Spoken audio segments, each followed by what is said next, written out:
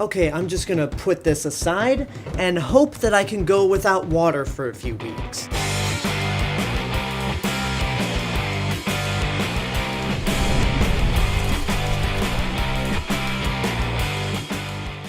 A Cure for Wellness is directed by Gore Verbinski and stars Dane DeHaan as a young executive who is sent to this rehabilitation center in the Alps to try and bring back his company's CEO who had been sent to the rehabilitation center earlier. Unfortunately, he finds himself in a car accident and has now become a patient in the rehabilitation center, which sounds ideal and good for him, but the longer he stays in this place, the more secrets he starts to discover, especially one that involves a really special patient.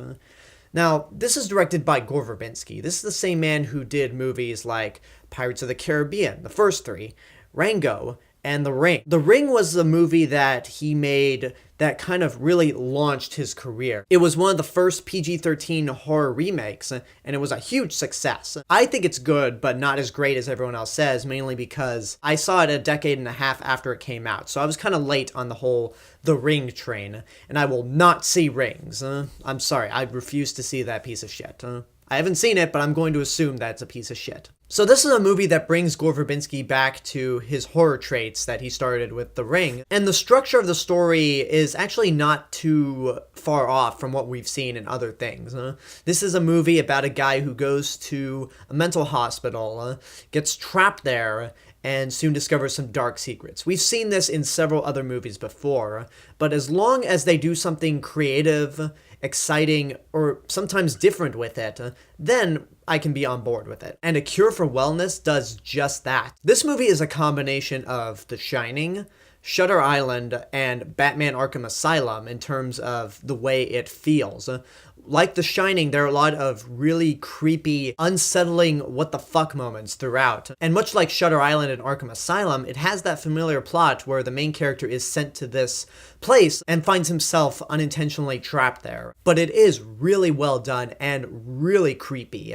And one of the things that definitely helps is the cinematography. The cinematography in this movie is outstanding. There are several beautiful shots in this movie that aren't just there for, hey, look how beautiful this shot is. No, it's there to lend itself to the atmosphere and the claustrophobia, along with the fantastic production design of this entire rehabilitation center. You feel very confined, nervous, and unsure of what's going to happen next, much like the main character is in the movie. And also the way it's framed is absolutely beautiful. Like It Follows, there are several gorgeous shots here that I'd like to frame them on my wall, and like with Godzilla Resurgence, the way things are just aligned makes it feel like art. It's such a beautiful looking movie, but again, it also helps intensify the creepy feel to it. And oh man, there are a lot of things in this movie that happen that they're enough to make your asshole clench. They're that terrifying. This is really one of the most nerve-wracking and unsettling movies I've seen in God knows how long. Though I will admit, the beginning of the movie I thought was rather slow, and it was a point where I'm like, okay, I'm not that into it. It looks beautiful, but it's not paced very well. The acting from Dane DeHaan's other superiors is kind of weak, and I'm just not getting a whole lot of good vibes from it. But once Dane DeHaan gets in the car accident, the movie starts to pick up a little bit more, and it's not until the halfway point when the movie really starts kicking your ass and delivers on some really nail-biting and creepy scenes. There are moments in this movie that you think, oh my god, ugh. When I went to the screening for this, I actually ran into Greg and John from The Real Rejects, and there is one scene in this movie that had John and a couple of other people in the audience laughing uncomfortably, and I won't say what it is, but it's one of those things where it's like, I can actually reenact how this scene went down. And by reenact, I mean poorly reenact through some fake acting. Oh. Oh. Oh. Oh. Oh. Oh. Oh. Oh. Oh, man. Oh, man. If you watch this review after you've seen the movie, you probably know which scenes I'm talking about. And it's at that point you think, okay, what can they do to top that? And usually this movie ends up topping whatever scene came before it, just in terms of the what the fuck factor. And the acting is really good also. I thought Dane DeHaan, out of the main characters, was probably the weakest, mainly because he does that whole bored executive look to him, that he's just so serious. As the movie progresses, he starts to lose his mind and feel very, I've used this word a lot, unsettled, just as we as an audience are. And then we have this actress named Maya Goth who plays this patient named Hannah, and she's actually a really important role to the story, which I'm not going to say on this review, but I'll say that she's really good at playing that really weird girl. I'll just leave it at that.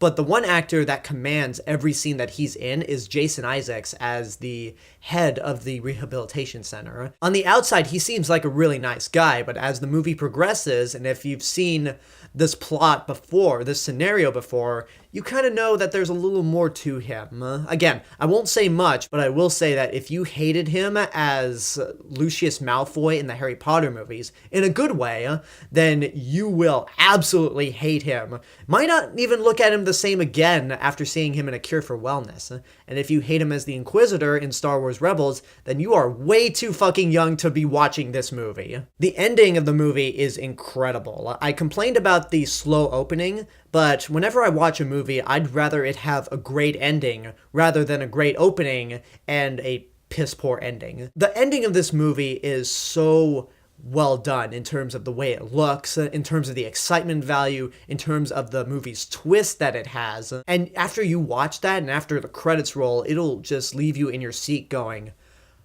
oh my god. So that's the impression that I got from it. And outside of that, I don't think I have that many negatives to say. I mean, I mentioned that the beginning is rather slow, and the acting from the other executives is pretty bad. But on a whole, this is actually really great. I might need a little more time to think about it, but with the current thoughts that I have now, this is one of my favorite horror movies of the decade, next to The Conjuring and It Follows. I love it that much. However, because of the slow opening, I can't tell you to get off your ass and go see it right now, mainly because by the time this review comes up, it'll be a little more than a week before this movie comes out, but I will say it's a movie that's worth seeing in your lifetime, and see it in the theater. That's where you're going to get the most impact from it, because this movie really does have a strong set of nuts.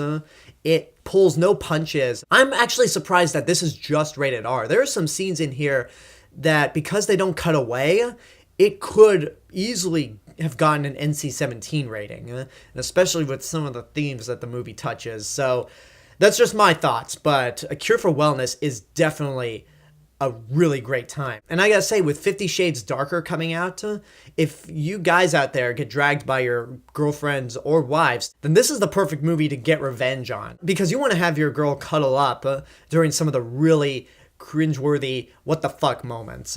Or if you're a girl out there that loves these kinds of psychological what the fuck creepy as shit horror movies, then this is the perfect test to see if your guy shares your same interests. And that's my review for A Cure for Wellness. I hope you enjoyed it. Leave a comment down below and tell me what your thoughts are on the movie, if and when you see it. And as always, this is the real Mr. Robinson telling you, there is only one.